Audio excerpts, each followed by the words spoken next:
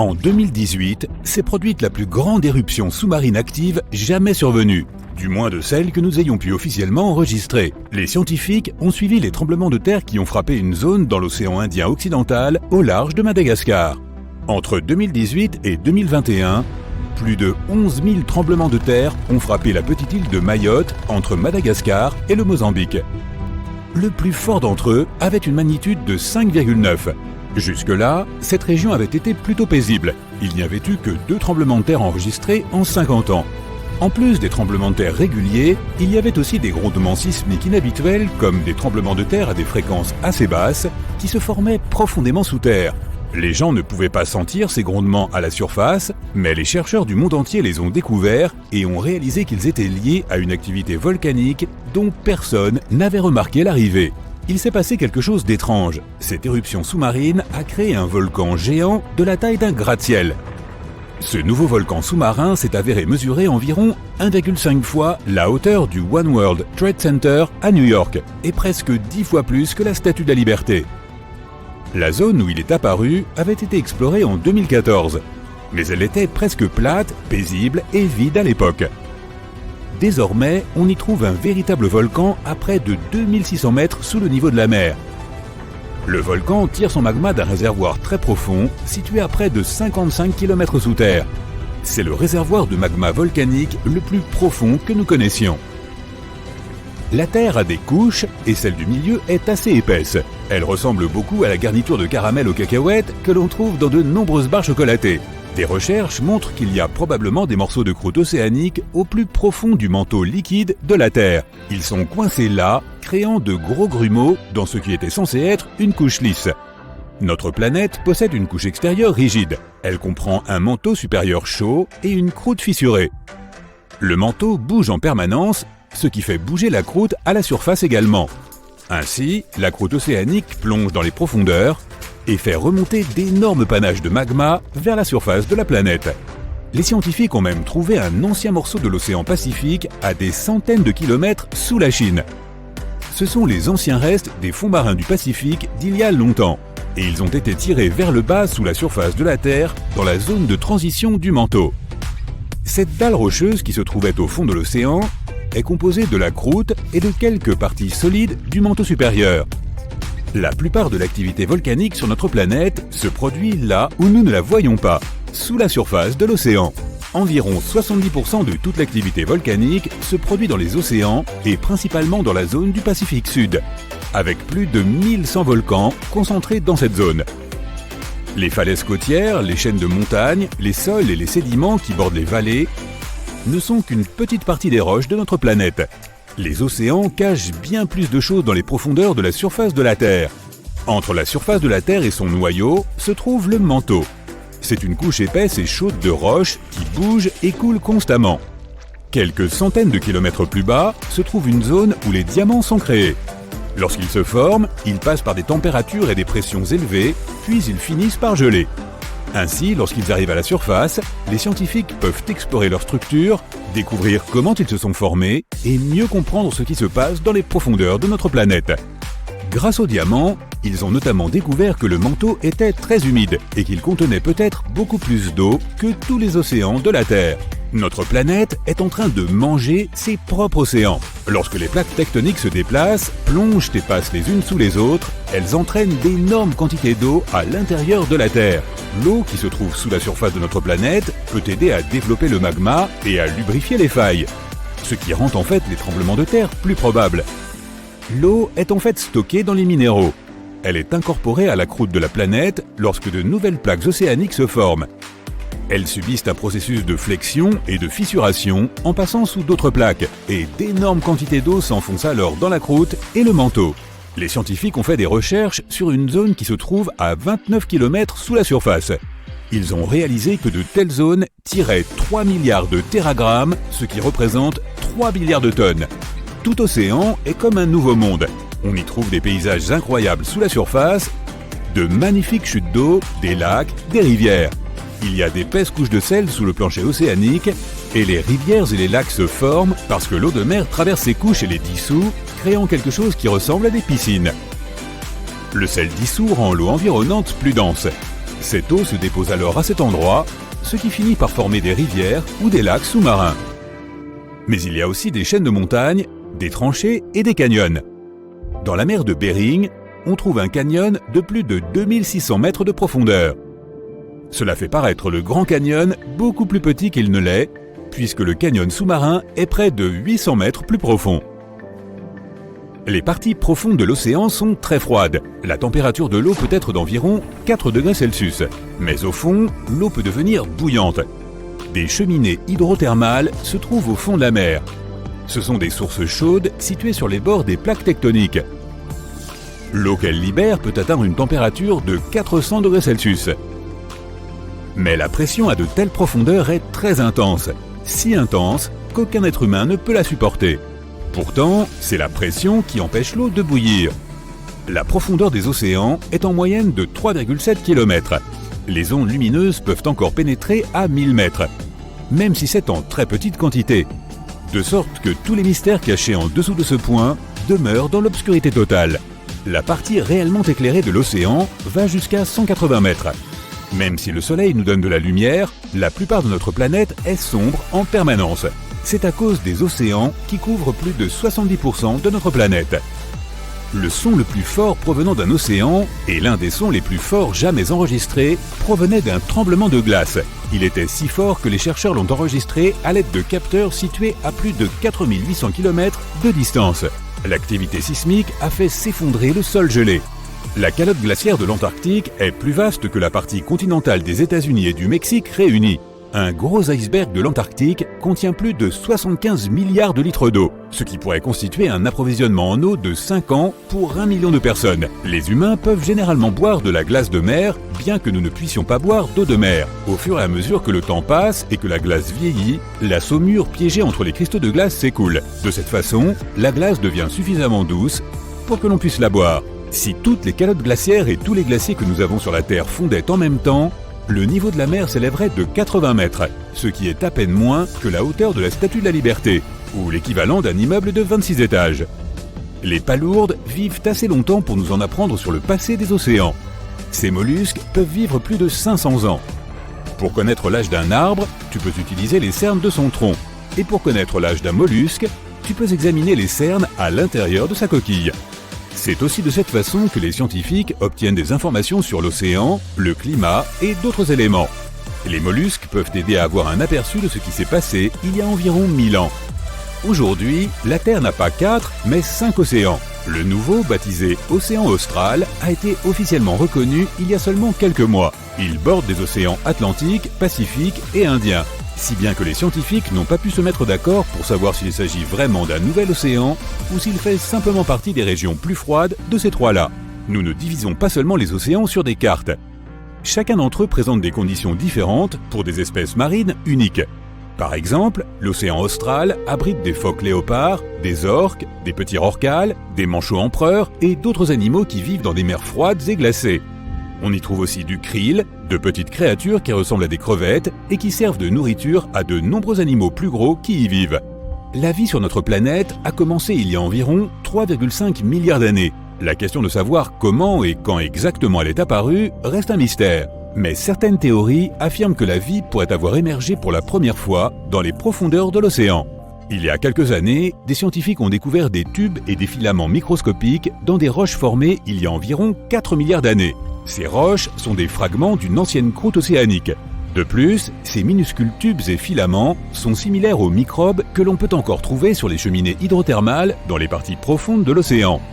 L'idée est que ces cellules vivantes ont trouvé les conditions pour rester en vie dans de minuscules pores rocheux à l'intérieur des cheminées de ces évents et ont commencé l'incroyable aventure que fut...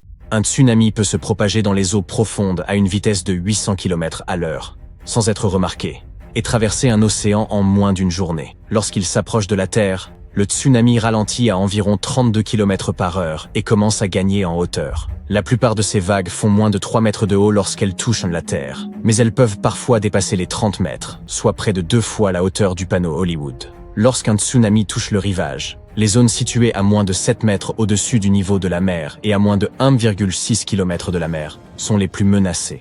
Mais il arrive que les eaux parcourent 16 km à l'intérieur des terres. Si vous vous trouvez sur la côte et que vous ressentez un fort tremblement de terre, surtout s'il dure plus de 20 secondes, c'est le signe qu'un tsunami se prépare. Surveillez les changements soudains du niveau de la mer.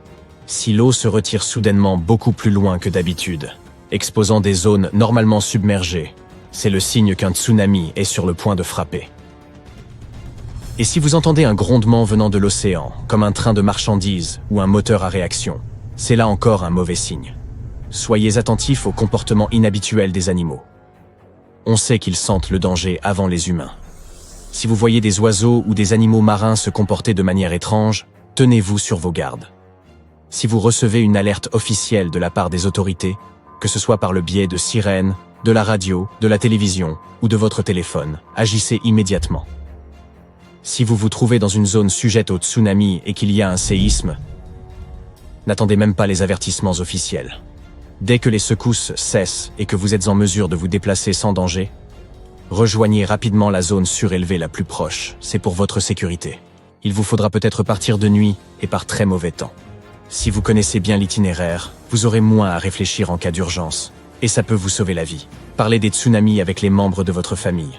Chacun doit savoir ce qu'il faut faire pour éviter la panique et gagner un temps précieux. N'entreposez pas vos documents importants et vos objets de valeur dans des zones de faible altitude. Les eaux de crue peuvent monter très haut lors d'un tsunami. Placez donc vos documents dans des conteneurs étanches et sur un terrain élevé. Après un séisme, les ponts et les routes sont souvent endommagés ou bloqués. Ne vous laissez pas piéger dans une voiture dans un endroit dangereux. Il vaut mieux marcher ou courir pour se mettre à l'abri. Ne descendez jamais sur le rivage pour attendre un tsunami. Si vous voyez la vague, c'est que vous êtes trop près et qu'elle vous rattrapera. Dans la plupart des zones à risque, il y a des itinéraires d'évacuation. Recherchez les panneaux blancs et bleus portant la mention « Itinéraire d'évacuation tsunami ». Ils vous guideront vers l'intérieur des terres, loin des zones de danger. Dans les situations d'urgence où l'évacuation n'est pas possible, cherchez à vous réfugier au moins au 3e étage d'un bâtiment solide. Mieux encore, essayez d'atteindre le toit de la structure la plus haute et la plus robuste à proximité. Ça vous évitera d'être exposé. Un tsunami n'est pas une vague unique, mais une série de vagues qui peuvent déferler pendant des heures. Et la première vague n'est pas toujours la plus violente. Restez donc sur les hauteurs, loin de la côte, jusqu'à ce que les autorités vous préviennent que le danger est écarté. Il est très peu probable que vous surviviez à un tsunami dans un sous-sol. Lors de son passage, tout ce qui se trouve sur son chemin sera temporairement submergé jusqu'à ce que l'eau se retire vers la mer. Si vous vous trouvez dans un sous-sol pendant un tsunami, vous risquez d'être écrasé par l'effondrement des bâtiments ou par un tourbillon de débris. À moins que le sous-sol ne soit exceptionnellement solide, étanche et doté d'une ventilation suffisante, il ne s'agit pas d'un abri sûr. Si vous êtes en mer au moment d'une alerte au tsunami, restez sur place et évitez de rentrer au port immédiatement. Les tsunamis sont sournois. Ils provoquent des variations rapides du niveau de l'eau et des courants dangereux à l'intérieur des ports, ce qui les rend peu sûrs. Dans les grands ports, les autorités prennent les choses en main en cas d'alerte au tsunami et dirigent les navires pour assurer leur sécurité. Il est important de rester en contact avec les autorités et de suivre toutes les instructions qu'elles donnent concernant votre bateau. Dans les petits ports qui ne disposent pas d'un tel encadrement, il est préférable de vous diriger prudemment vers des eaux plus profondes. Si vous avez un petit bateau, le mieux est de l'amarrer à un quai et de partir à pied vers un terrain élevé. Si un tsunami vous fait tomber à l'eau, trouvez quelque chose de solide comme un arbre, une porte ou un canot de sauvetage. Accrochez-vous fermement à cet objet pendant que les vagues vous emportent et faites ce que vous pouvez pour ne pas avaler d'eau. Les personnes qui portent un gilet de sauvetage auront de meilleures chances de survie parce qu'elles restent à la surface de l'eau et peuvent respirer normalement. Les vagues de tsunami ne sont pas des vagues ordinaires et ne conviennent donc pas à la pratique du surf. On ne peut pas y poser une planche. Elles ressemblent davantage à un mouvement de marée qui va et qui vient. Et elles sont beaucoup plus grandes, plus rapides et plus puissantes. Il est donc non seulement dangereux, mais aussi illégal, dans de nombreux pays, d'essayer de surfer sur ces vagues. Comme les tsunamis proviennent de perturbations sous-marines, des tremblements de terre par exemple, ils sont aussi dangereux pour les sous-marins. Bien que les sous-marins soient conçus pour résister à de fortes pressions, les tsunamis peuvent les endommager. Les tsunamis génèrent également de forts courants qui peuvent perturber la capacité d'un sous-marin à naviguer efficacement. En cas de tsunami violent, la coque des sous-marins peut être endommagée, ce qui menace leur flottabilité et leur intégrité. De tels scénarios peuvent conduire à ce qu'ils coulent ou soient emportés par les vagues. C'est pourquoi les sous-marins opérant dans des zones exposées aux tsunamis doivent être très prudents et équipés pour réagir rapidement en cas de frappe. Les sismologues ne peuvent toujours pas prédire les raz-de-marée. Mais leur expertise ainsi que les données historiques leur permettent d'identifier les tremblements susceptibles de causer des tsunamis, et ils peuvent alors donner l'alerte à temps. En recueillant des données sur les réseaux sismiques et les réseaux du niveau de l'eau dans le monde entier, ils peuvent évaluer rapidement les caractéristiques de tel ou tel séisme, sa magnitude, sa localisation et sa profondeur. À partir de ces informations, ils déterminent si un tsunami se prépare et ils agissent alors en conséquence. Aux États-Unis et au Canada, les scientifiques des centres d'alerte peuvent généralement émettre des messages dans les 5 minutes qui suivent un tremblement de terre. Ces messages comprennent les niveaux d'alerte, les détails du tremblement de terre, l'évaluation des menaces, les heures d'arrivée prévues des vagues, les actions recommandées et les impacts potentiels. Le 26 décembre 2004, tôt le matin, un énorme tremblement de terre a secoué le fond de l'océan près de l'île indonésienne de Sumatra. Cet événement sismique a déclenché une monstrueuse série de vagues, des tsunamis, qui se sont répandus dans l'océan Indien, atteignant l'Afrique de l'Est 7 heures plus tard. Ces vagues étaient de véritables murs d'eau, certaines atteignant plus de 9 mètres de haut. Lorsqu'elles ont frappé les côtes de l'Indonésie, du Sri Lanka, de l'Inde, des Maldives et de la Thaïlande, la dévastation a été catastrophique. Plus de 200 000 personnes ont perdu la vie. Ce fut le tsunami le plus terrible jamais enregistré. Et il n'y a pas eu que l'impact immédiat. Les conséquences à long terme ont également été très lourdes. Des villages, des stations balnéaires, des terres agricoles et des zones de pêche ont été détruits ou submergés par l'eau salée et les débris. Le Japon est l'un des pays les plus exposés aux tremblements de terre, car il se trouve au-dessus de 4 plaques tectoniques convergentes qui interagissent en permanence. Après le terrible tsunami de 2011, le pays a lancé un projet colossal baptisé la Grande Muraille du Japon. D'un coût faramineux d'environ 13 milliards de dollars, cette muraille s'étend du nord au sud du pays. L'objectif est de protéger les villes côtières des futurs tsunamis en donnant aux habitants le temps de s'éloigner. Certains craignent que cette structure imposante ne rompe les liens profonds qui les unissent à la mer. Ils craignent de perdre le contact avec les rythmes et les signaux de l'océan, qui sont essentiels pour repérer les catastrophes à venir. Mais pour de nombreuses villes côtières, le mur est d'une grande importance. Il donne aux habitants la possibilité de reconstruire leur vie brisée après une catastrophe. Les tremblements de terre sont monnaie courante au Japon. Ces catastrophes naturelles peuvent atteindre une magnitude de 9, sachant que le niveau 1 est une légère secousse et que le niveau 9 peut détruire des villes entières. Cela se produit parce que le Japon est situé sur la ceinture de feu du Pacifique. La surface entière de notre planète est morcelée en une douzaine de grandes plaques de la croûte terrestre. Et elles se déplacent toutes lentement. Aux endroits où ces plaques se rencontrent, les tremblements de terre se produisent le plus souvent. Le Japon se trouve juste à l'endroit où la plaque du Pacifique entre en collision avec la plaque de la mer des Philippines. Cette collision se produit sous l'eau et crée d'énormes vagues. Et cela peut être bien pire qu'un simple tremblement de terre. Pour échapper à ce désastre aquatique, les Japonais ont construit d'énormes murs le long de toute la côte nord-est. Tous les tremblements de terre ne provoquent pas un tsunami. De nombreuses secousses se produisent lorsque la croûte terrestre diverge dans différentes directions et crée des brèches. Cela peut détruire des maisons, des rues et des forêts, mais un tel tremblement de terre sous-marin ne peut pas provoquer de tsunami. Les énormes vagues ne se forment que lorsque l'activité sismique fait bouger la croûte terrestre verticalement vers le haut ou vers le bas. La pression de l'eau se déplace tout en bas, ce qui génère une libération d'énergie. Cette énergie pousse l'eau et crée un tsunami. Selon le même principe, tu peux déclencher de petites vagues en jetant une pierre dans l'eau. Et de tels séismes verticaux se produisent souvent au large des côtes du Japon. Tout d'abord, une vague se forme. Elle prend de la vitesse et augmente en taille. Sa hauteur peut atteindre environ 12 mètres, presque aussi haut qu'un immeuble de 5 étages. Elle s'approche de la côte et accélère jusqu'à 800 km/h, soit à peu près la vitesse de croisière d'un avion de ligne. Des millions de litres d'eau pesant des milliers de tonnes se rapprochent. La vague atteint le rivage et démolit tout sur son passage. Maisons, arbres, voitures, rien ne peut résister à la force destructrice de la nature. Un tsunami d'une telle force a recouvert la côte nord-est du Japon en 2011. Il a changé le paysage de la côte et des fonds marins. Ces changements sont à l'origine d'un autre phénomène naturel dangereux, les tourbillons sous-marins.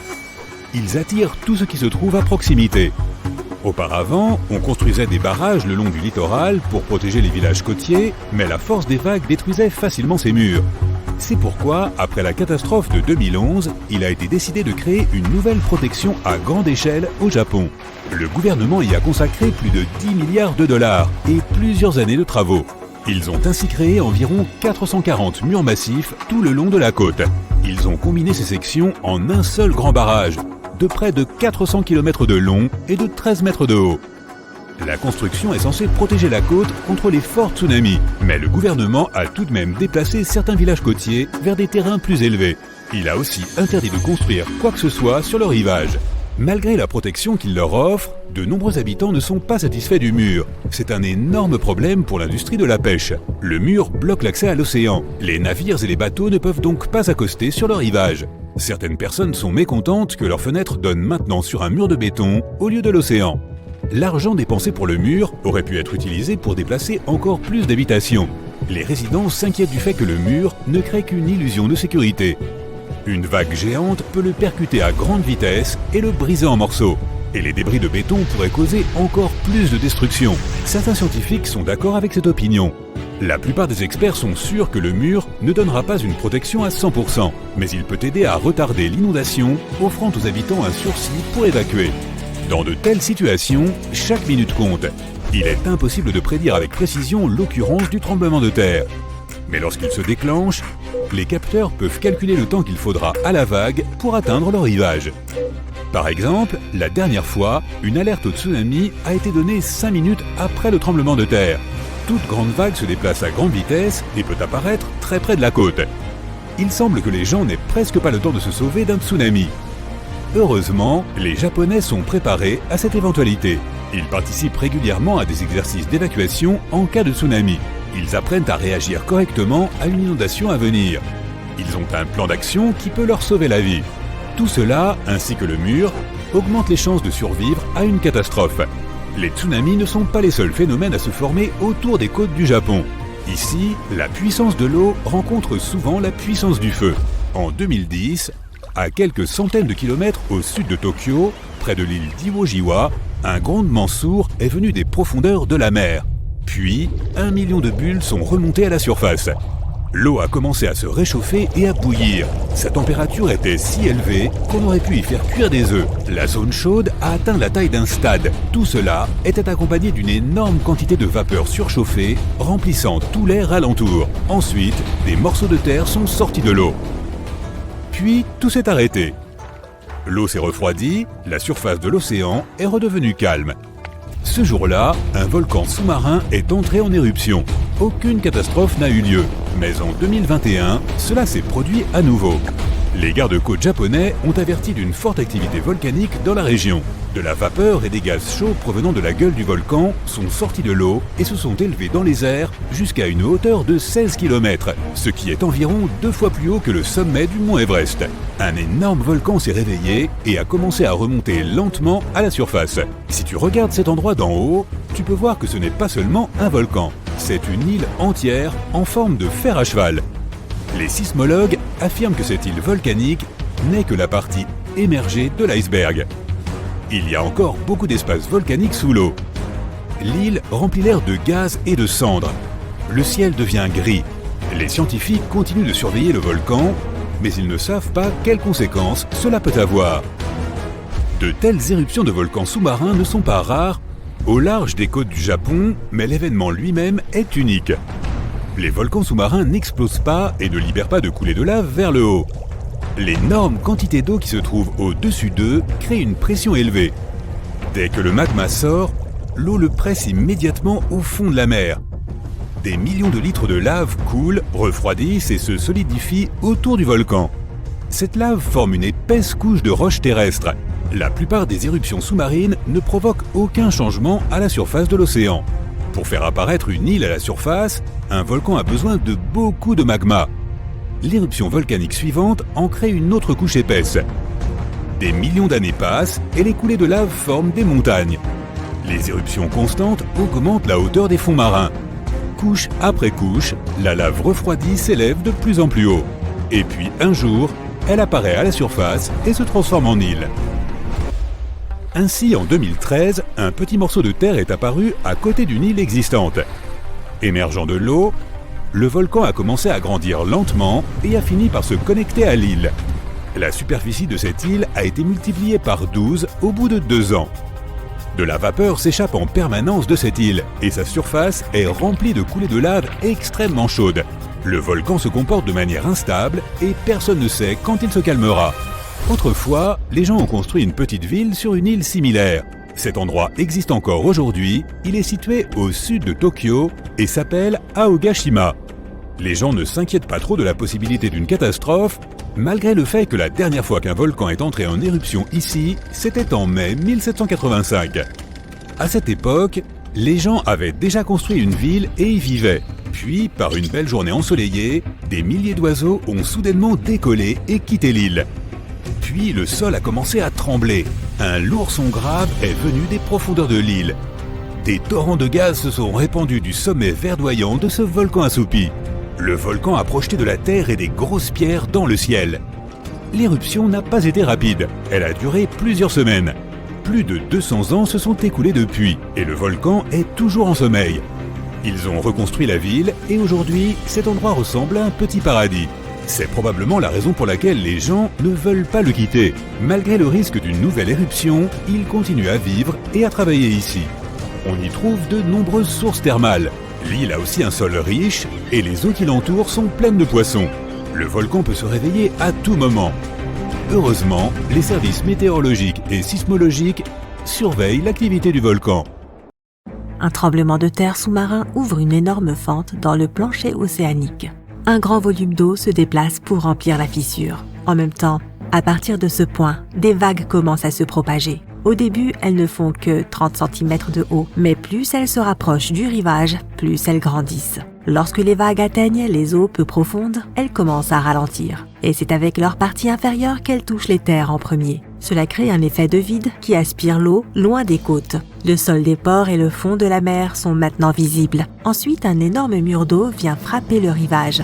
Il anéantit tout sur son passage. Quelques minutes plus tard, généralement d'autres vagues arrivent. Un tsunami peut également avoir pour cause un glissement de terrain, non loin d'une grande étendue d'eau.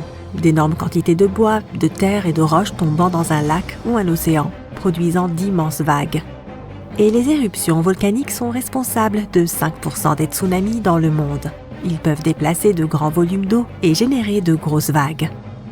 Certains tsunamis sont causés par des météorites qui frappent notre planète. Si l'un de ces bolides, chauffé à blanc, frappe l'océan, la collision sera suffisamment puissante pour provoquer un tsunami extrêmement puissant. Lorsqu'un tsunami commence à se former, ces vagues ne font généralement que 30 cm de haut. Voilà à quoi ressemble une petite vague. Elle arrive à la taille d'une personne moyenne. Les surfeurs appellent ces vagues plutôt grosses des double overheads. Le plus grand tremblement de terre jamais enregistré s'est produit près de la côte sud du Chili.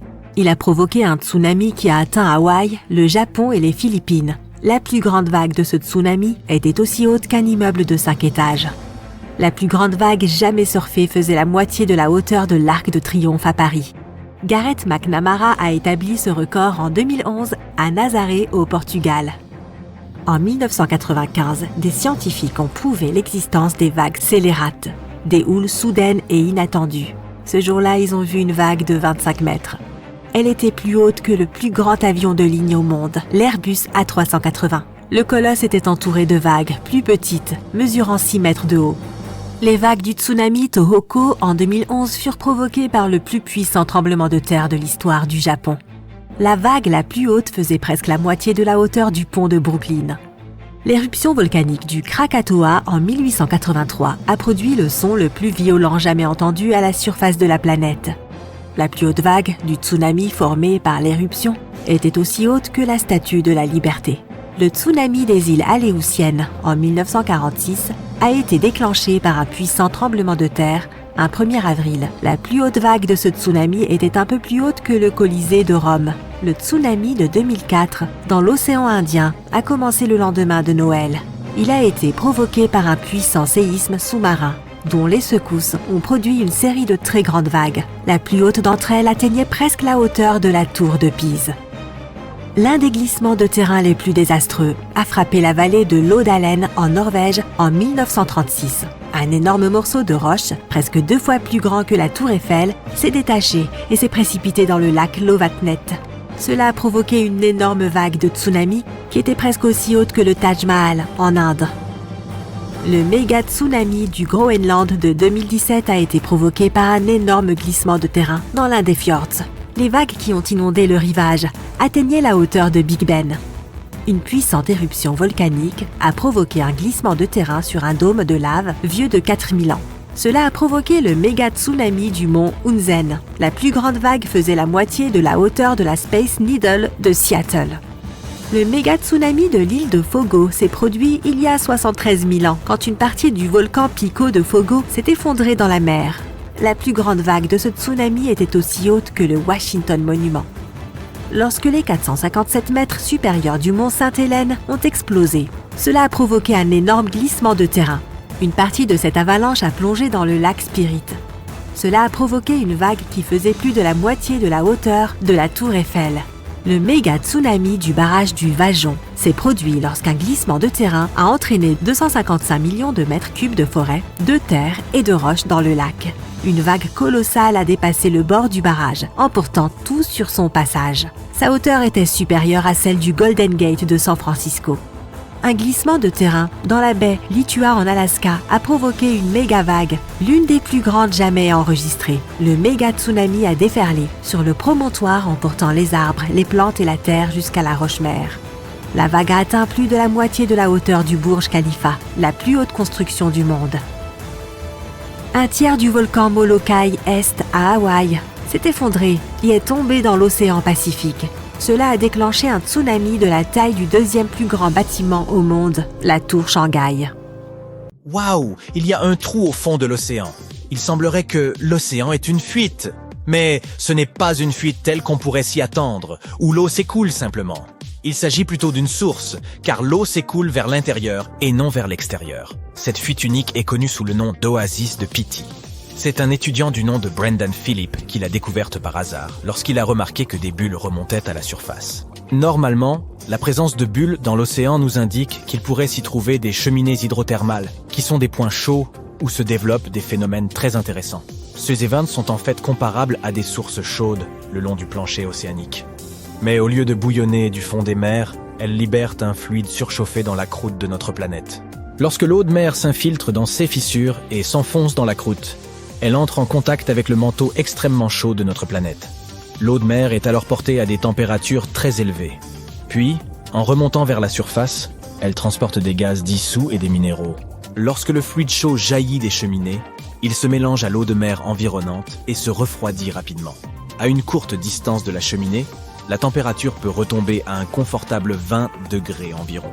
Ce qui est exactement, semble-t-il, ce que certaines créatures apprécient.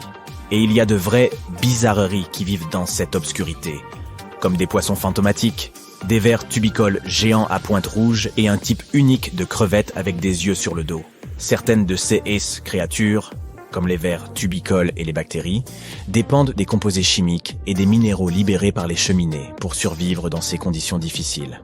Mais dans ce cas, l'eau bouillonnante ne provenait pas d'une cheminée hydrothermale. Elle découlait d'une source et c'est un peu plus inquiétant. L'eau de ce réservoir doit rester là où elle se trouve. Si une trop grande quantité s'en échappe, cela pourrait avoir de graves conséquences, en particulier pour la région environnante. On peut observer cette fuite inhabituelle le long de la zone de subduction de Cascadia, qui est une énorme faille au large de la côte nord-ouest du Pacifique. Il s'agit d'un endroit où 2 grandes plaques qui forment la croûte terrestre se rencontrent et glissent l'une contre l'autre. L'eau de l'oasis agit en quelque sorte comme un lubrifiant entre ces plaques. On peut comparer la zone de faille à une table de hockey pneumatique. Lorsque la pression du fluide est élevée, c'est comme si l'air était activé. Cela signifie que la friction entre les plaques est réduite. ce qui permet à ces dernières de se déplacer. Mais si la pression du fluide est plus faible, les deux plaques peuvent se coincer l'une contre l'autre, ce qui entraîne une accumulation de la contrainte, non qu'elles se sentent mal. Dans le contexte des plaques tectoniques, la contrainte est une pression ou une force capable de provoquer une déformation. Et si cette pression commence à s'accumuler à un moment donné, il faut bien qu'elle débouche quelque part. Lorsqu'elle est trop forte, elle peut déclencher des tremblements de terre, et probablement pas des moindres.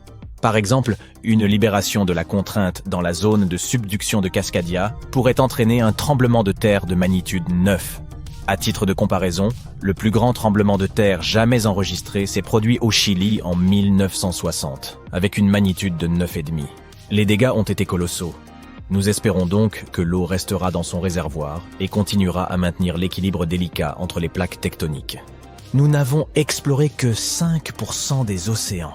Qui sait combien de choses géniales se trouvent encore au fond, attendant d'être découvertes? Regarde, par exemple, ces mystérieux trous que des scientifiques ont découverts dans les profondeurs de l'océan Atlantique, près des Açores. Ils sont parfaitement alignés et espacés d'environ 10 cm, voire de quelques mètres dans certains CA. Ils ressemblent à des coups de poinçon laissés par une machine à coudre. Certains pensent que ces trous pourraient avoir une origine biologique. Par exemple, certains poissons pourraient les avoir formés en marchant sur le fond marin. D'autres pensent que nous sommes en présence d'un phénomène d'origine humaine, peut-être laissé par un pneu clouté. Bien sûr, de tels trous sont parfaits pour inventer des histoires sur les créatures venues d'autres planètes qui pourraient les avoir créées. Ou peut-être même des monstres légendaires, comme celui du Loch Ness. Il est difficile d'expliquer la symétrie de ces trous, mais un biologiste spécialiste des profondeurs a proposé une explication assez convaincante. Selon lui, il pourrait s'agir d'un animal creusant sous les sédiments. Et de temps en temps, il pourrait créer de petites cheminées juste pour avoir accès à une circulation d'eau propre dans son petit terrier. Il y a des tas de sédiments autour des ouvertures de chaque trou, et il confirme l'idée que quelque chose a repoussé le sol par en dessous. Mais rien ne prouve que ces trous soient réellement connectés sous la surface. Il y a aussi pas mal de choses cachées au fond des mers et des océans que les anciennes civilisations nous ont laissées. Par exemple, des archéologues ont fait une découverte très intéressante le long de la côte méridionale de Croatie. Une route cachée sous des couches de limon marin et vieille de 7000 ans. Ils ont trouvé cette ancienne route sur le site néolithique englouti de Soline. Le site de Soline était une île de construction humaine dans l'Antiquité, et un archéologue, Matt Parika, l'a découverte en 2021. Il étudiait des images satellites de la région autour de Korčula, l'une des magnifiques îles croates, lorsqu'il a réalisé qu'il pouvait y avoir quelque chose d'intéressant au fond de la mer. Il a alors plongé dans l'eau avec son collègue. Sous la surface de la mer Adriatique, qui rejoint la mer Méditerranée, à une profondeur de 4 à 5 mètres, ils ont trouvé des murs de pierre qui appartenaient probablement à une ancienne colonie. La masse continentale où les autochtones avaient édifié ce village était séparée de l'île principale par une étroite bande de terre. Heureusement, cette zone est protégée des grosses vagues par les îles environnantes, de sorte que le site est resté relativement bien préservé. Il est aujourd'hui caché sous la surface de la mer et recouvert de boue. Mais il est passionnant d'imaginer comment les gens circulèrent sur cette route il y a près de 7000 ans pour se rendre dans les villages avoisinants. Si tu veux voir les créatures les plus étranges, tu peux toujours te rendre au fond de l'océan. À vrai dire, les chercheurs ont déterminé qu'il pourrait se trouver plus de 30 espèces potentiellement nouvelles au fond de l'océan Pacifique. Ils ont collecté ces données à l'aide d'un véhicule télécommandé. C'est un grand pas en avant car, jusqu'à récemment, ils ne pouvaient étudier ces créatures qu'à travers des photographies. Il s'agit de vers segmentés, de différents types de coraux, de certains invertébrés semblables à des mille-pattes et de bien d'autres encore. Mais il existe également de nombreuses créatures d'épouvante anciennes que nous connaissons déjà et qui semblent sortir de films de science-fiction. La poule à ventouse lumineuse, le fameux blobfish. D'accord, celui-ci a l'air plutôt normal jusqu'à ce qu'on le remonte à la surface. Le requin lutin, le poisson vipère de Sloan, les vers zombies. Burke, oui, je te comprends. Passons à autre chose. Les fonds marins recèlent aussi des choses de l'espace. On trouve des traces de formes rares de plutonium et de fer au fond de l'océan Pacifique. Et ce qui est génial, c'est que tout cela provient du cosmos. Ces matériaux radioactifs se sont probablement formés lors d'un cataclysme spatial et ont fini par arriver sur notre belle planète. Ces débris extraterrestres sont probablement apparus sur Terre au cours des 10 derniers millions d'années. Après être tombés dans l'océan Pacifique et s'être déposés à près d'1 kilomètre de profondeur, Ils se sont intégrés à toutes les couches de roches qui s'y trouvaient. Le plutonium est particulièrement intéressant pour les scientifiques. On n'en a trouvé que de minuscules quantités, des centaines d'atomes peut-être. Mais c'est tout de même remarquable, car ces atomes sont créés par l'explosion d'étoiles. De tels éléments peuvent nous aider à mieux comprendre comment l'univers produit des éléments plus lourds que le fer, comme le plutonium, l'or, l'uranium et le platine. L'origine de ces éléments est encore incertaine. Pendant longtemps, les scientifiques ont cru que les supernovae, c'est-à-dire le moment où une étoile s'éteint dans une fabuleuse explosion, étaient à l'origine de la création de ces éléments lourds. Mais il semble qu'il n'y ait pas que cela. D'autres événements cosmiques, tels que la collision d'étoiles à neutrons, des étoiles extrêmement denses qui se sont effondrées, ou certains types rares de supernovae pourraient également être en cause. Laisse-moi juste attraper mon popcorn. En 1945, 5 avions TBF Avenger ont pris leur envol pour un exercice d'entraînement de routine autour du triangle des Bermudes. Au milieu de l'exercice, les avions ont été frappés par une pluie intense et des vents violents, malgré les prévisions météorologiques qui indiquaient du beau temps. Les pilotes ont été désorientés et ont contacté la base par radio pour signaler que leurs équipements de navigation avaient cessé de fonctionner. La dernière chose que la base aura entendue était « Lorsque le premier avion descendra en dessous de 40 litres, nous descendrons tous ensemble. » Et ensuite, silence radio. Les 5 avions et leurs 14 membres d'équipage n'ont jamais été retrouvés. Lors de son tout premier voyage vers le Nouveau Monde en 1492, Christophe Colomb a traversé le triangle des Bermudes. L'explorateur a raconté qu'une nuit, alors qu'il était sur le pont du navire, il a remarqué une lumière géante apparaissant au loin, différente de tout ce qu'il avait vu auparavant. Christophe Colomb a regardé sa boussole pour s'orienter, et elle lui a donné des indications pour le moins erratiques. Tu as peut-être remarqué que le triangle des Bermudes n'apparaissait sur aucune carte du monde. C'est parce que les institutions officielles refusent de reconnaître que cette zone existe réellement. Une théorie répandue suggère que les vagues scélérates seraient responsables des nombreuses disparitions. Les vagues scélérates sont appelées vagues de tempête extrêmes par les scientifiques. Elles se produisent lorsque différents modèles météorologiques ont lieu en même temps et provoquent de grandes vagues inattendues. Les témoins affirment que ces vagues ressemblent à des murs d'eau géants. Elles pourraient expliquer pourquoi les navires coulent rapidement et sans laisser de traces. Le triangle des Bermudes est le théâtre d'une météo assez intense et imprévisible. Les tempêtes se forment rapidement et de façon inattendue, puis disparaissent peu après. Si tu clignes des yeux, tu risques de les manquer. Cela pourrait expliquer pourquoi si peu de signaux de détresse sont émis. Les pilotes et les marins ne voient jamais le mauvais temps venir. Personne ne sait exactement combien de navires et d'avions ont disparu dans le triangle des Bermudes. L'estimation approximative est de 50 navires et 20 avions. La plupart du temps, les disparitions n'avaient aucune explication et aucune épave n'a jamais été retrouvée. Une autre théorie bizarre, qui tente de résoudre le mystère du triangle des Bermudes, vient de Charles Berlitz. Il insiste sur le fait que la zone abrite la cité perdue d'Atlantis. Selon lui, les navires et avions disparus et les équipements qui fonctionnent mal ont tous été causés par des rayons d'énergie émis par les cristaux spéciaux qui alimentent supposément l'Atlantide. Bien que cela semble farfelu, la théorie de Berlitz était suffisamment convaincante pour que plus de 20 millions de personnes achètent son livre dans le monde entier. En 1800, un grand voilier appelé l'USS Pickering a quitté les États-Unis pour se rendre aux Antilles. Il a navigué dans le triangle des Bermudes avec son équipage de 90 hommes et on n'a plus jamais entendu parler de lui. L'USS Pickering a été le tout premier navire confirmé à disparaître dans le triangle des Bermudes. On pense qu'il a été emporté par une tempête, mais comme aucune épave n'a jamais été retrouvée, on n'en sera jamais certain.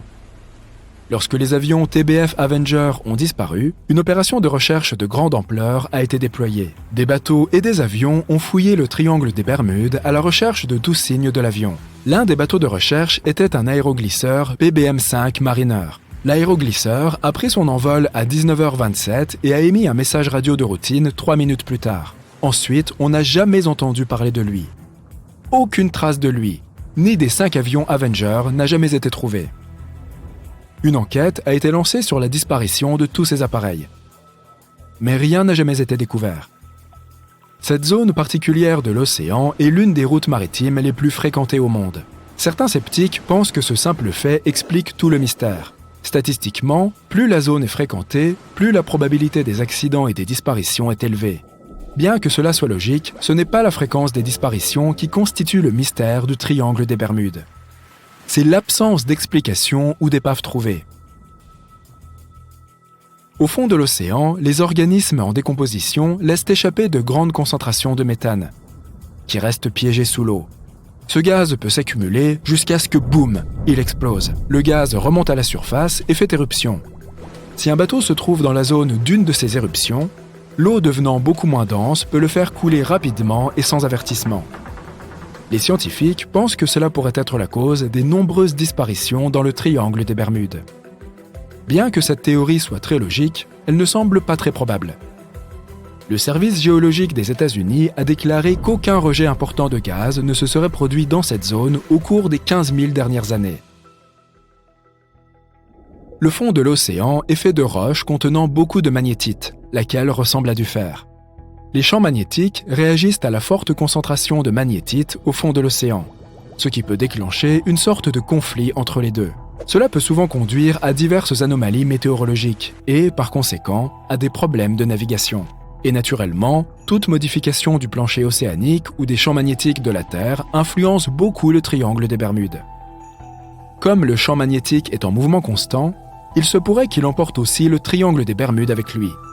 Maintenant que les gens savent où se trouve le triangle, il est facile de l'éviter. Il est censé se déplacer vers l'est en même temps que les pôles magnétiques. Mais les scientifiques ne savent toujours pas répondre à la question de savoir où il se trouvera exactement dans quelques années. Certaines personnes attribuent toutes les catastrophes à des activités extraterrestres paranormales. D'autres supposent qu'il s'agit de phénomènes naturels déchaînés. Il y a un autre triangle dans le lac Michigan. Tout comme celui qui se trouve près des Bermudes, le triangle du Michigan a acquis sa triste réputation à cause de plusieurs disparitions. La première documentée remonte à 1679. Un grand navire, l'un des plus grands de l'époque, est parti en expédition. Mais une fois arrivé au niveau du sinistre triangle, il n'est jamais revenu. Bien plus tard, un avion a disparu dans ce même triangle. Le ciel y est généralement très clair, mais en 1883, certaines personnes ont été témoins de phénomènes anormaux dans la région. Certains prétendent avoir vu de grands blocs de glace tomber du ciel, et l'équipage a même réussi à en récupérer un comme preuve irréfutable. Un autre triangle se trouve dans une zone mystérieuse de l'océan Pacifique, au large de la côte sud du Japon, non loin de Tokyo. Il y a une mer où de nombreux navires ont connu leur perte, disparaissant sans laisser de traces. On l'appelle le triangle du dragon. Certains scientifiques pensent que la cause des anomalies est due aux changements environnementaux. Il y a aussi une très forte concentration d'hydrate de méthane au fond de l'océan dans la région du triangle du Pacifique. Tu dévies de la trajectoire initiale et tu navigues dans la mauvaise direction. La mer des Caraïbes se trouve près du triangle, parsemée de petites îles. Le plancher océanique ici n'est pas profond. Ton navire peut pénétrer dans ces eaux peu profondes et se retrouver coincé dans les hauts fonds sans que tu n'aies aucune idée de l'endroit où tu te trouves. Si nous étions au XXIe siècle, le capitaine du navire serait capable d'atteindre le rivage en utilisant un GPS et d'autres moyens de navigation modernes.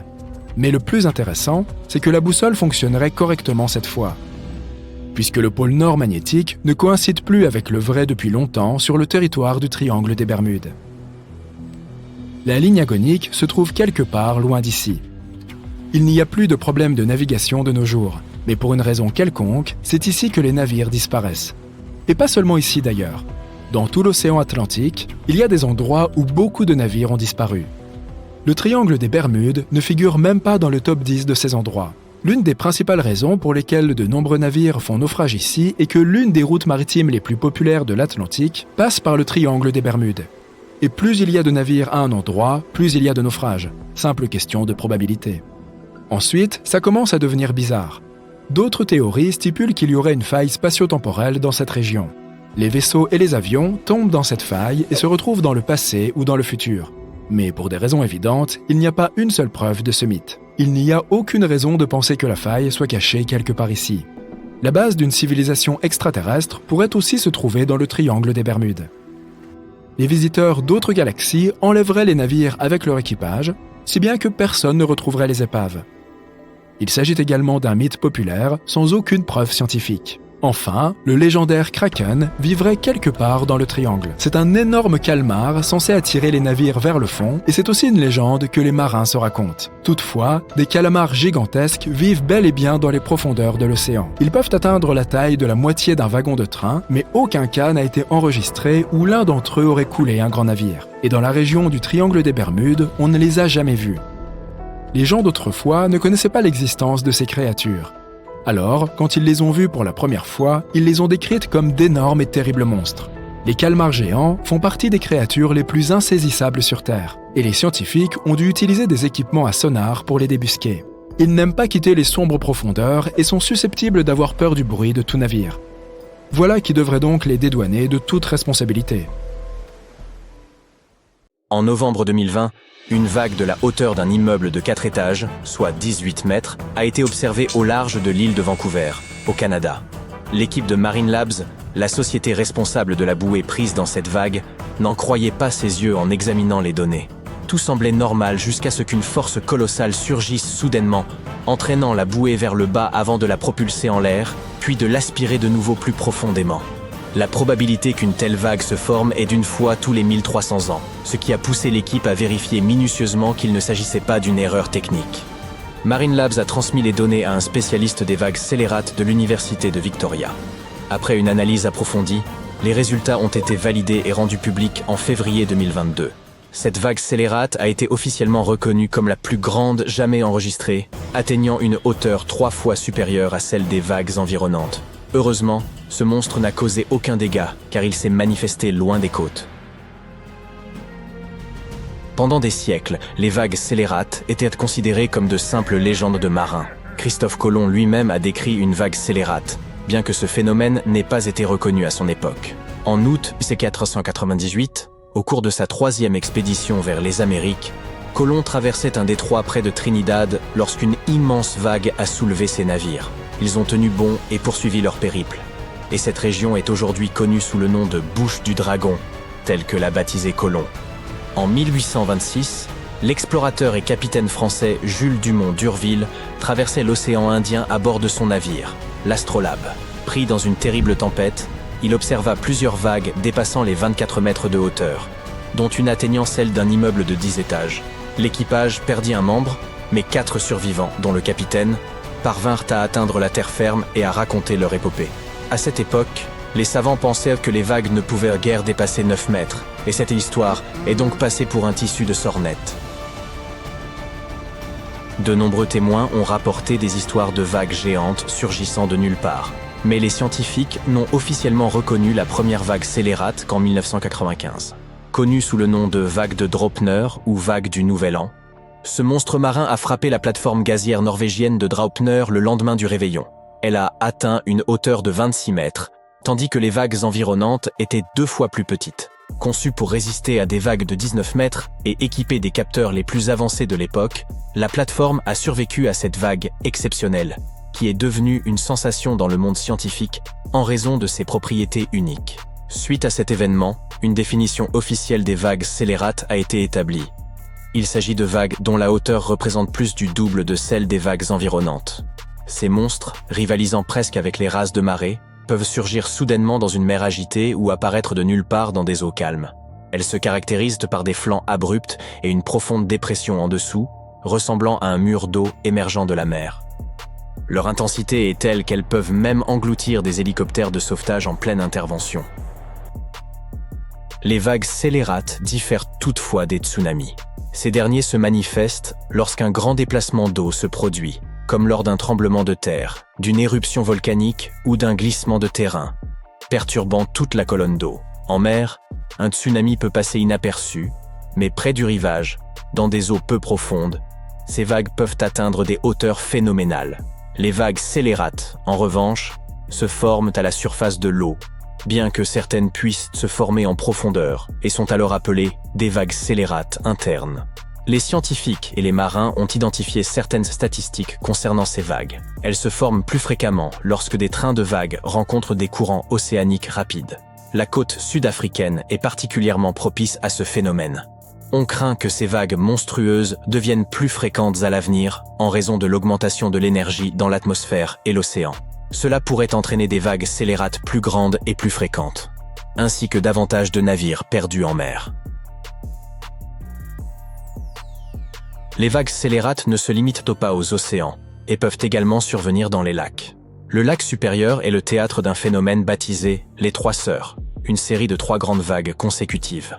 La deuxième vague submerge les ponts des navires avant que la première n'ait disparu, et la troisième ajoute encore plus d'eau, surchargeant le navire. Cette théorie est avancée pour expliquer le naufrage du bateau à vapeur Edmund Fitzgerald en 1975. Les vagues scélérates sont particulièrement dangereuses car elles peuvent créer des trous scélérats dans l'eau. Lorsque la vague se forme, elle attire toute l'eau environnante, créant des creux très profonds à sa base. Si la proue ou la poupe d'un navire se retrouve dans l'un de ces trous, le navire peut sombrer instantanément. Certains océanographes pensent que les vagues scélérates pourraient être responsables de la disparition de navires dans le tristement célèbre triangle des Bermudes, qui se situe dans l'océan Atlantique. Les tempêtes convergeant de plusieurs directions dans cette zone mystérieuse augmentent la probabilité de formation de vagues scélérates. Ces vagues peuvent atteindre une hauteur de 30 mètres et pourraient théoriquement abattre un avion, en plus de renverser les navires. Il existe 2 théories principales pour expliquer la formation des vagues scélérates. La première est la théorie de l'addition linéaire. Elle suggère que des vagues se déplaçant à différentes vitesses à travers l'océan se croisent et s'associent, créant ainsi une vague scélérate encore plus puissante. La seconde théorie est celle de la focalisation non linéaire, qui suggère que les vagues se déplacent en groupe et partagent leur énergie lorsqu'elles sont proches les unes des autres. Parfois, cet échange d'énergie aboutirait à la formation d'une vague scélérate. Pour prédire la formation de ces vagues monstrueuses, les scientifiques auraient besoin d'un système radar innovant afin de surveiller continuellement les vagues autour d'un bateau. Ce système collecterait toutes les données et les intégrerait dans un modèle mathématique sophistiqué, reproduisant en temps réel l'état de la surface de l'océan. Ce modèle devrait recalculer la situation de surface toutes les 5 minutes pour avertir l'équipage de l'approche d'éventuelles vagues extrêmes. Un tel système n'existe pas encore, mais à mesure que les scientifiques étudient davantage le phénomène des vagues scélérates, les mathématiciens pourraient développer un moyen de nous alerter à leur approche. Le terme de vague surprise est parfois utilisé comme synonyme de vague scélérate. Mais les océanographes affirment qu'il existe une différence. Les vagues scélérates se produisent principalement en pleine mer, tandis que les vagues surprises se forment près du rivage. Également connues sous le nom de vagues dormantes ou king waves en Australie, elles déferlent beaucoup plus rapidement que les vagues habituelles lorsqu'elles approchent de la côte. Elles apparaissent toujours sans avertissement après des vagues plus petites et peuvent être très puissantes, entraînant les nageurs plus loin dans l'océan. Mais le pire, c'est qu'elles sont capables d'engloutir les promeneurs de la jetée, même lorsqu'ils se trouvent sur un promontoire. Les chercheurs de l'Université d'État de l'Oregon ont découvert que les vagues dormantes se formaient lors de tempêtes au large, qui transfèrent l'énergie éolienne à la surface océanique. Avec toute cette énergie, plusieurs vagues se rejoignent et se chevauchent pour former une seule vague monstrueuse, qui s'élève plus haut et progresse plus loin sur le rivage qu'une vague ordinaire. Un autre élément qui rend les vagues dormantes particulièrement dangereuses est leur imprévisibilité. Les pêcheurs, les surfeurs et tous les gens qui vivent de l'océan savent généralement quand et quoi éviter en termes de grandes vagues. Mais avec ces vagues furtives, cette logique n'a pas cours. Il n'y a pas de période spécifique de l'année où elles soient toujours plus actives, mais en rassemblant quelques données, on constate qu'il est plus probable de rencontrer l'une de ces vagues entre avril et octobre, avec un pic entre octobre et novembre. Les vagues déferlantes charrient d'énormes quantités d'eau, de sable et de gravier, capables de remplir vos chaussures en quelques secondes et de vous emporter si vous vous trouvez sur le rivage à ce moment-là. Ces monstres marins peuvent également déplacer d'énormes troncs d'arbres, créant un danger supplémentaire. Un tremblement de terre sous-marin ouvre une énorme fente dans le plancher océanique.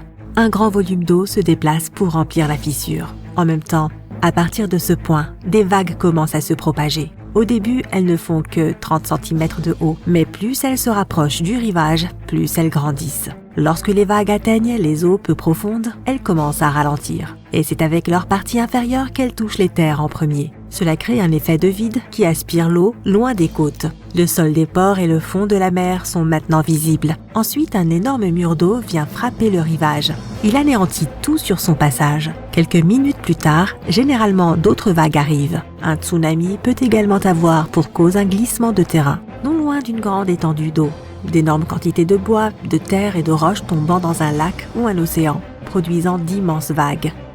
Et les éruptions volcaniques sont responsables de 5% des tsunamis dans le monde. Ils peuvent déplacer de grands volumes d'eau et générer de grosses vagues. Certains tsunamis sont causés par des météorites qui frappent notre planète. Si l'un de ces bolides, chauffé à blanc, frappe l'océan, la collision sera suffisamment puissante pour provoquer un tsunami extrêmement puissant. Lorsqu'un tsunami commence à se former, ces vagues ne font généralement que 30 cm de haut. Voilà à quoi ressemble une petite vague. Elle arrive à la taille d'une personne moyenne. Les surfeurs appellent ces vagues plutôt grosses des double overheads. Le plus grand tremblement de terre jamais enregistré s'est produit près de la côte sud du Chili. Il a provoqué un tsunami qui a atteint Hawaï, le Japon et les Philippines. La plus grande vague de ce tsunami était aussi haute qu'un immeuble de 5 étages. La plus grande vague jamais surfée faisait la moitié de la hauteur de l'Arc de Triomphe à Paris. Gareth McNamara a établi ce record en 2011 à Nazaré au Portugal. En 1995, des scientifiques ont prouvé l'existence des vagues scélérates, des houles soudaines et inattendues. Ce jour-là, ils ont vu une vague de 25 mètres.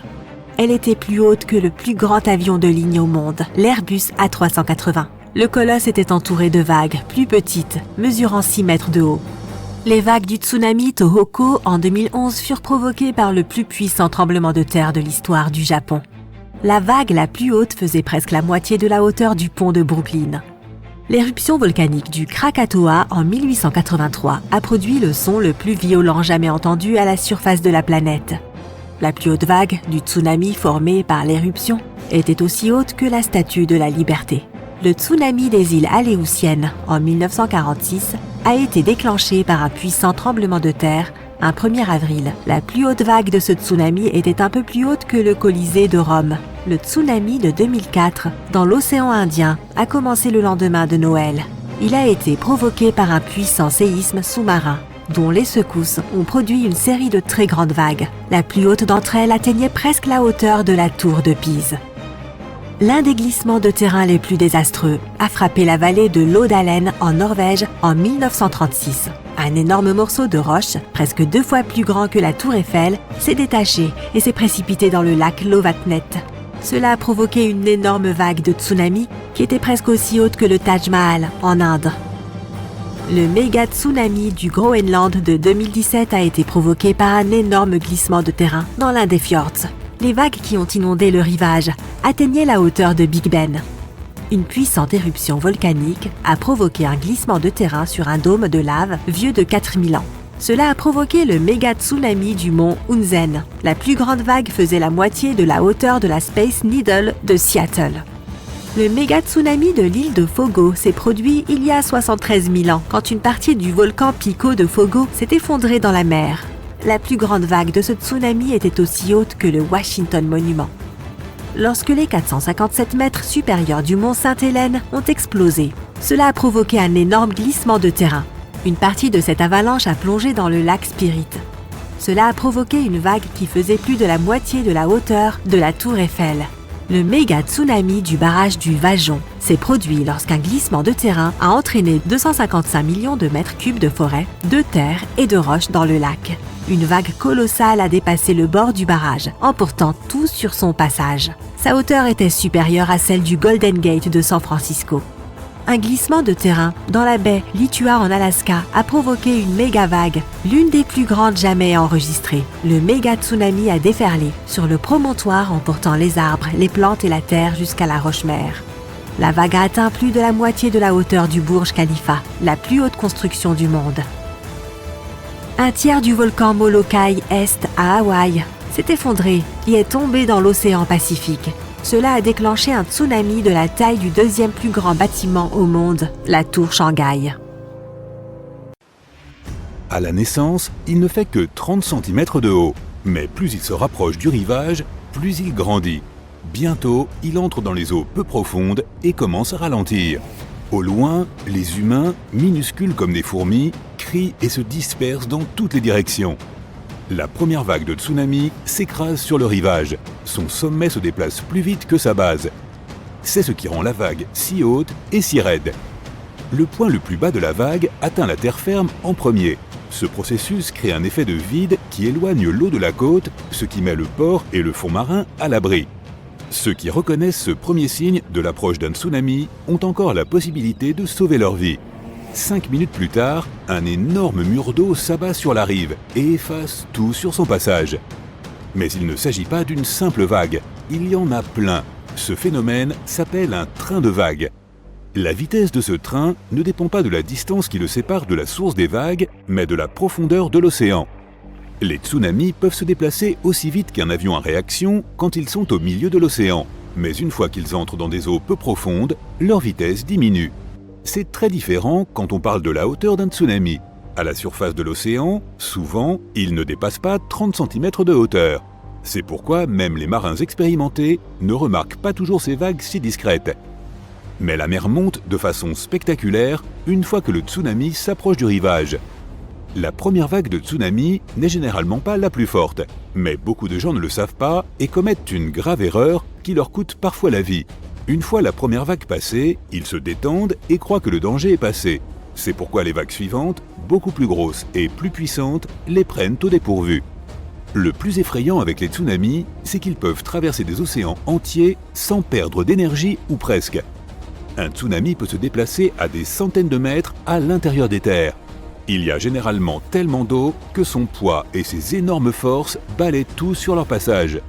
Voitures, arbres, personnes et même bâtiments. Le rugissement d'un tsunami qui approche est plus fort que celui d'un avion qui décolle. Parfois, un tsunami se présente sous la forme d'un torrent d'eau avec de la mousse. D'autres fois, il cause un retrait de la mer et laisse derrière lui des poissons échoués et des bateaux renversés. Mais qu'est-ce qui est à l'origine d'un tsunami ? L'une des catastrophes naturelles les plus impitoyables et les plus dévastatrices. Dans plus de 70% des cas, il s'agit d'un tremblement de terre sous-marin. Par exemple, le tsunami du lendemain de Noël, qui s'est produit en 2004 en Indonésie, a été déclenché par un tremblement de terre sous-marin. Les secousses ont produit plusieurs vagues gigantesques. La plus grande d'entre elles était aussi haute que l'Arc de Triomphe à Paris. Un glissement de terrain peut également provoquer un tsunami monstrueux, comme ce qui est arrivé en 1963 en Italie. À l'époque, plus de 250 millions de mètres cubes de forêt, de sol et de roches ont roulé dans un lac. Un sombre mur d'eau a recouvert le ciel au-dessus d'un petit village au pied du barrage du Vajon, l'un des plus hauts du monde. Dans un rugissement assourdissant, la vague est passée par-dessus le bord du barrage et a emporté tout sur son passage. En 1980, un méga tsunami aux États-Unis s'est produit aussi par un glissement de terrain. Le sommet du mont Saint-Helens, à 450 mètres, s'est effondré après une éruption volcanique. Une partie de cette avalanche a plongé dans le lac Spirit. Elle a propulsé les eaux du lac dans une série de vagues presque aussi hautes que la Tour Eiffel. Les éruptions volcaniques sont responsables de 5% des tsunamis dans le monde. Par exemple, en 1883, un gigantesque tsunami a été le résultat de l'éruption du volcan Krakatoa. Il s'est produit dans le détroit de la Sonde.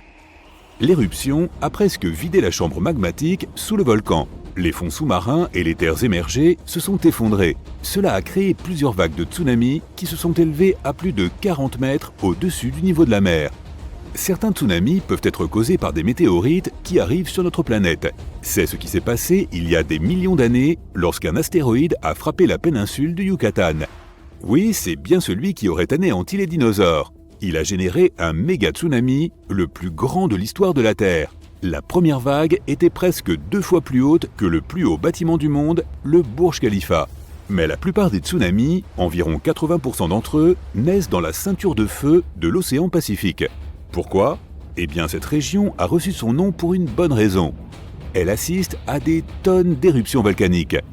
Le navigateur et explorateur portugais Ferdinand Magellan a visité le plus grand océan du monde au début du XVIe siècle. Il a trouvé les eaux étonnamment calmes. C'est pourquoi l'endroit a été appelé l'océan Pacifique, Pacifique. Le voyageur ne savait pas qu'il y avait la ceinture de feu. Il s'agit d'une chaîne de volcans en forme de fer à cheval de 40 000 km de long et d'autres endroits actifs sur le plan sismique. Elle part de la côte sud de l'Amérique du Sud et s'étend jusqu'à la côte nord-américaine et aux îles Aléoutiennes. Puis, elle descend vers le Japon, les Philippines et l'Indonésie. Ensuite, la chaîne revient en Nouvelle-Guinée, couvre les îles du Pacifique Sud-Ouest et se termine en Nouvelle-Zélande. En ce moment, la ceinture de feu n'est pas vraiment un cercle fermé, mais si tu prends en compte les volcans en sommeil de l'Antarctique, tu obtiendras la forme que tu recherches. Les volcans les plus grands et les plus actifs de la planète se trouvent dans cette région. Ce sont le Mauna Loa et le Kilauea à Hawaï, le mont Fuji au Japon, le mont St. Helens aux États-Unis, le Krakatoa en Indonésie et bien d'autres encore. Quoi qu'il en soit, cet arc volcanique délimite l'océan Pacifique et passe par les points de rencontre de nombreuses plaques tectoniques. Les plus grandes d'entre elles sont l'Amérique du Nord, l'Eurasie, les Caraïbes, l'Antarctique et d'autres. Ces plaques ne cessent de bouger, elles se heurtent, glissent et se déplacent en dessous et au-dessus les unes des autres. Cette activité incessante fait entrer les volcans en éruption. Des fosses océaniques profondes apparaissent, apparemment de nulle part. La fosse des Mariannes, la partie la plus profonde de l'océan, se trouve également dans la ceinture de feu. Elle s'est formée lorsqu'une plaque tectonique a été poussée sous une autre. De nos jours, la plaque de Nazca se voit forcée à s'enfoncer et passer sous la plaque continentale sud-américaine. Malheureusement, la première plaque ne veut pas descendre en douceur. Le processus soulève les montagnes et envoie le magma plus près de la surface. Lorsque de l'énergie est libérée du noyau de notre planète, les plaques tectoniques se déplacent et se frottent les unes contre les autres. La pression s'accumule dans ces zones et produit alors des tremblements de terre. Leurs épicentres sont dispersés le long des zones où les plaques tectoniques se rencontrent. Près de 90% de tous les tremblements de terre du monde se produisent dans la ceinture de feu. Le plus fort tremblement de terre jamais enregistré s'est produit dans cette région. Il était de 9,5 sur 10 sur l'échelle de Richter. Le tremblement de terre de Valdivia, également appelé Grand séisme chilien, s'est produit le 22 mai 1960. Il a duré près de 10 minutes. La catastrophe a affecté une zone de la taille de la Californie. Elle a également provoqué d'énormes vagues de tsunamis qui ont atteint les côtes d'Hawaï, du Japon, des Philippines, de l'Australie et de la Nouvelle-Zélande. Les experts décrivent souvent la ceinture de feu comme une coïncidence. Lorsque des catastrophes naturelles éclatent en même temps sur ces deux phases opposées, elles ne sont jamais liées. Par exemple, en 2016, plusieurs tremblements de terre ont secoué l'île de Kyushu au Japon. Peu après, le Chili a également connu un puissant tremblement de terre, 7,2 sur l'échelle de Richter. Mais aucun de ces tremblements de terre n'a déclenché l'autre. La distance entre les épicentres était d'environ 16 000 km. Cet écart était bien trop important pour que les catastrophes puissent être reliées entre elles. De toute façon, un tremblement de terre sous-marin fait monter ou descendre soudainement le fond de l'océan à la limite des plaques tectoniques. Cela déplace d'immenses volumes d'eau et projette des vagues qui se transforment rapidement en tsunamis. Et comme les tremblements de terre se produisent plus souvent dans la ceinture de feu que partout ailleurs sur la planète, cette région déclenche à son tour de nombreux tsunamis. D'ailleurs, même si le Pacifique est le plus grand océan de la planète, il pourrait disparaître dans les 300 millions d'années à venir. Les plaques tectoniques sont à la dérive, l'Atlantique continue de s'ouvrir et le Pacifique se ferme. Ce processus est incroyablement lent, mais quand même.